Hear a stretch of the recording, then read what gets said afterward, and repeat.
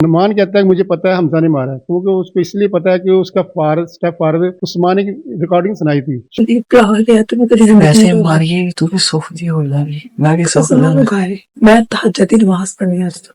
और इन्होंने मामा को सोए उठाया, सोए उठा के मामा के सर पे डंडे मारे हैं, फिर इधर ले आए हैं, इधर ला के उन्होंने करंट भी लगाया है। तो हमजा कहता है मैंने सिर्फ टांगे पकड़ी हैं, मामा काबू में नहीं आ रही थी, मामा हमसे भागे भागी बाहर की तरफ। मामू जी मैं जब घर आता हूँ ना, मामा गिरी पड़ी थी, मुझे हमजा ने फुकर बुलाया और जो नीला वो भी गिरी पड़ी, बेहोश पड़ी थी। तो मैंने मामा को उठाया, उसका खून की बू मुझे चढ़ी और मुझे उल्टी आनी शुरू हो गई। ये वो जो मैं फिल्म सुना रहा है, खान ने करंट लगाया और डंडे मारी, उनको 10 मिनट कहता है वो 10 मिनट पर मुंह रख के बैठा रहे। बार पूछने में बताती है कि मैंने उस्मान और अनिला को अपने घर में गलत हरकत करते देखा है। तो दोनों मुलजमा इस पर जेल चले गए। कौन कौन? हमजा और उस्मान। और अनिला के वो मेडिकल रिलीफ पे घर भेजा होगा। इनका फिर डीएनए होगा, अगर डीएनए में हमारा बच्चा साबुत तो हम रख लेंगे, वरना हम इनको कबूल नहीं करेंगे। पहले नीला वजू करती है, वजू करने में कभी कुरान शरीफ लाओगे, दो मुझे कुरान शरीफ ला के।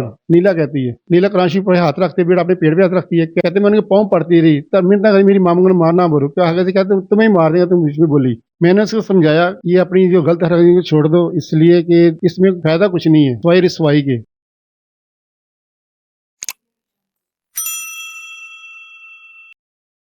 बिस्मिल्लाहिर्रहमानिर्रहीम। एमडी न्यूज टीवी के साथ मैं हूं आपका होस्ट राना दिलशाद। इसी घर की बहू ने इस घर के दामाद के साथ मिलकर अपनी सास को कत्ल कर दिया। बहू ने दामाद नहीं बल्कि तेले बेटे को भी साथ मिलाया, उसके साथ नाजायज मरासम बनाए। नाजायज मरासम चलते रहे, एक दिन सास ने उनको रंगे हाथों पकड़ लिया। दामाद ने, बहू ने और बेटे ने सास को अब्दी नींद सुला दिया। मेरे साथ मौजूद है मकतूला के भाई, इनसे जानते हैं ये सारा मामला क्या है और इसके पीछे स्टोरी क्या है। हमारे घर आ जाती हैं, कहती है अख्तर मैंने आपसे कुछ बात करनी है। हम मिलाता बैठते हैं तो रोना शुरू कर देती है, बताती नहीं। मेरे बार पूछने में बताती है कि मैंने उस्मान और अनिला को अपने घर में गलत हरकत करते देखा है। तो मैं सुनकर परेशान हो गया। मैंने पूछा बाजी नुमान को इस बात का इल्म है या शाह का इल्म है? वो कहती है उनको दोनों को मैंने नहीं बताया, इसलिए नहीं बताया, अगर मैं उनको बताती हूँ तो दोनों तरफ मेरी बेटी का भी, मेरे बेटे का घर खराब हो जाएगा। मैंने उसको समझाया ये अपनी जो गलत हरकत को छोड़ दो, इसलिए कि इसमें फायदा कुछ नहीं है स्वाई रिसवाई के। अगर नुमान इस बात का इल्म होता है ना, तलाक दे देगा तुम्हें, मेरी बहन, मेरी बेटी बांजी, उसका भी घर तबाह हो जाएगा, तुम्हारी वजह से इसका भी घर तबाह हो जाना। मैं अपना सिर खपा कर चला जाना वापस घर। शाम 6 बजे फोन आ जाता कि ऐसे ऐसे ना कि वो वाशरूम में गिर के उनकी डेथ हो गई है। मैं सुनता हूँ मेरे पाँव से जमीन निकल जाती है और मैं परेशान हो जाता हूँ, मेरी शुगर बिल्कुल डाउन हो जाती है। मैं शुगर मरीज था।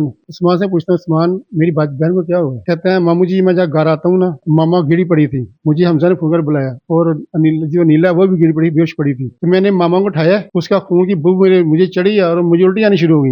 ये वो जो मैं फिल्म सुना रहा है। तो मैं तुमने क्या की? कहते मैं उल्टियाँ करने के बाद मैं तुमने 1 मिनट में फोन नहीं किया? कहता मेरा मोबाइल की बैटरी डेड थी, मैंने मोबाइल चार्ज पे लगा दी। कहता बिल्कुल डेड था मामू जी।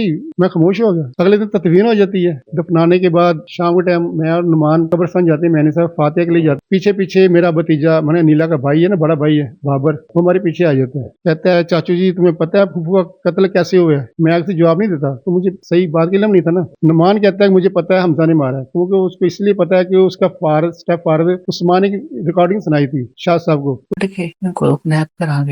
चुक के जवाब ना आप अपनी गल ते पक्किया रहना भाई, साडे साडे ते ना तेरी 17 साल मारे पूरी सारी जिंदगी में लगे तेरे पे वाले में आप ने सिद्धे साहब का ये प्यार है तुम्हें तेरी वैसे मारिए तू भी सोफ दी हो जाएगी मैं भी सोफ मैं तहज्जुद की नमाज पढ़नी आज तो इंशाल्लाह। अल्लाह ताला है भी ना, कितना ही ना चुक लगे मरना तो है कि सारी जिंदगी तेरा की कहीं जान नहीं देंगे। उसमें यह था कि हमजा और नीला मेरी बहन को मारने प्लान बना रहे थे। तो उसने उस्मान ने अपनी जान छुड़ाने के लिए ना इन पे डाला।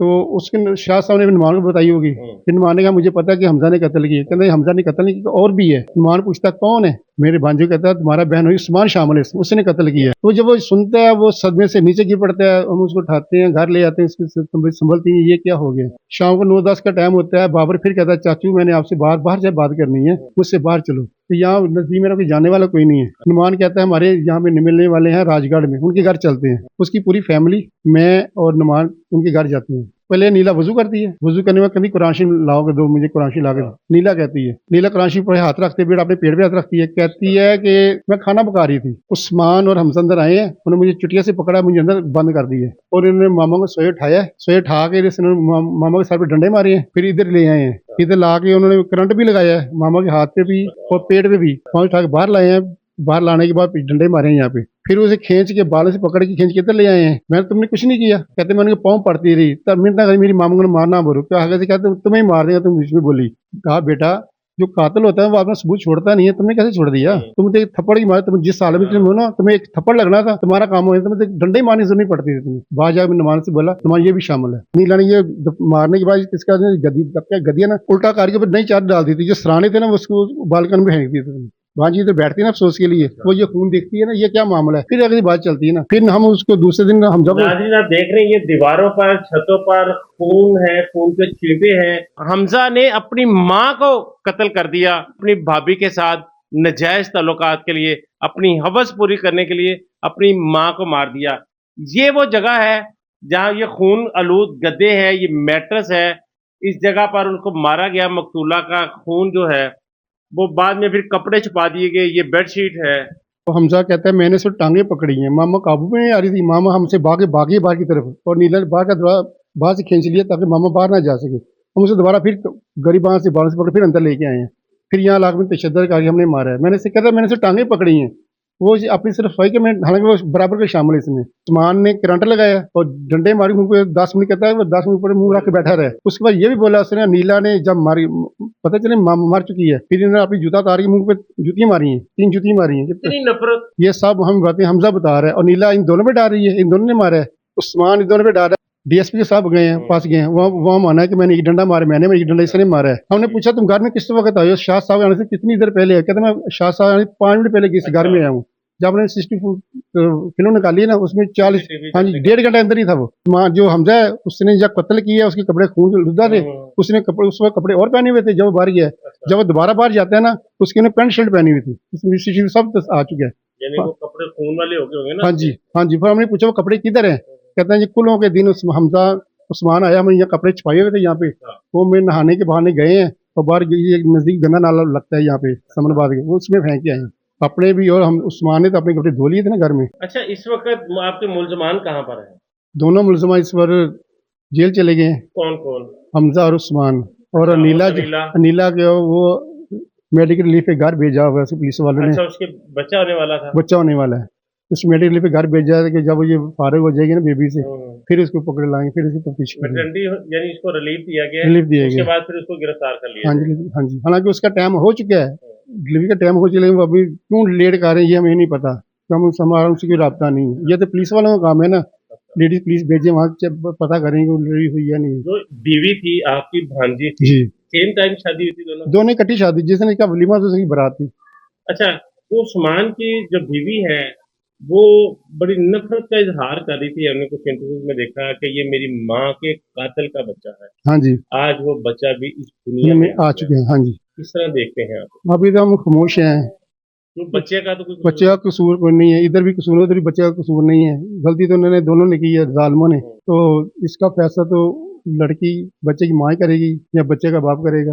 इनका फिर DNA होगा, अगर DNA में हमारा बच्चा साबुत तो हम रख लेंगे, वरना हम इनको कबूल नहीं करेंगे। नहीं, बच्चे को तो मेरे ख्याल में रख लेना चाहिए, बच्चा तो इसी माँ का है ना, तो बच्चे का क्या कसूर, बच्चे को किस चीज की सजा? जो मेरी भांजी है ये बच्चा इसी का है, लेकिन जो उधर थोड़ा डाउट है हमें हमजा और उसका। हाँ जी नीला हम डाउट है, वो उसका DNA कराएंगे पहले, हम DNA में साबित हो गया हमारा है तो यहाँ रखेंगे, वरना इसी के पास रहेगा बच्चा। बहुत शुक्रिया जी। नाज़रीन इस वक्त मेरे साथ मौजूद थे मकतूला के भाई अख्तर अली।